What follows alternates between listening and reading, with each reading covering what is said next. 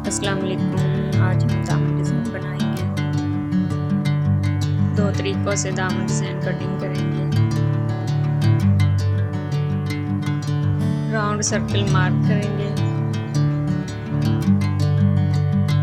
दो तरीक़ों से दामन डिज़ाइन कटिंग करेंगे, राउंड सर्कल एंड बे राउंड सर्कल डिज़ाइन बनाएंगे। बैंगल और बोतल कैप से निशान